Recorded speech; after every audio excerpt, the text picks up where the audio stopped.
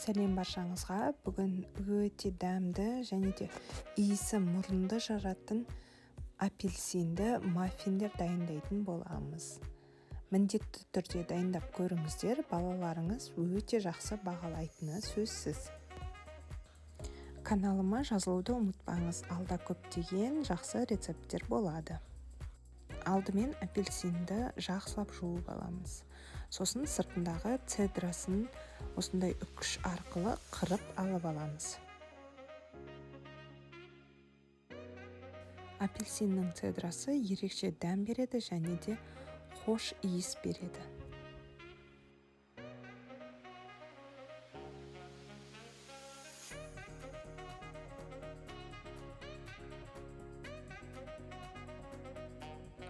Апельсиннің сыртындағы цедрасын алған соң, апельсинді екіге бөліп, жақсылап сығып, шырынын аламыз.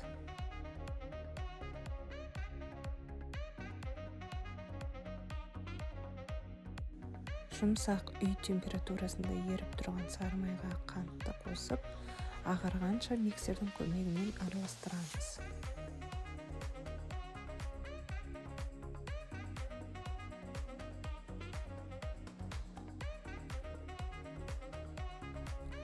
Сосын үстіне жұмыртқаны біртіндеп қосатын боламыз.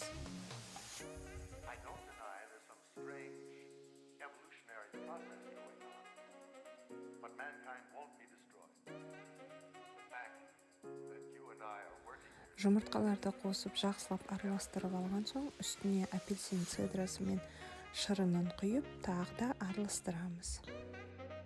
Құрғақ ингредиенттерді, яғни ұн мен қамыр қопсытқышты араластырып, майлы массамыздың үстіне елегішпен електеп қосатын боламыз.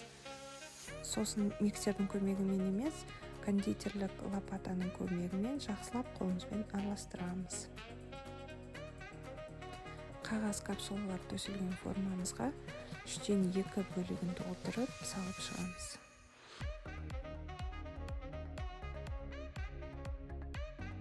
Қызып тұрған пеште 180 градуста шамамен 25-30 минутта пісіріп аламыз. Қызарып, түсі өте әдемі болып шығады. Астарыңыз дәмді болсын. Сіздермен болған Құндызай.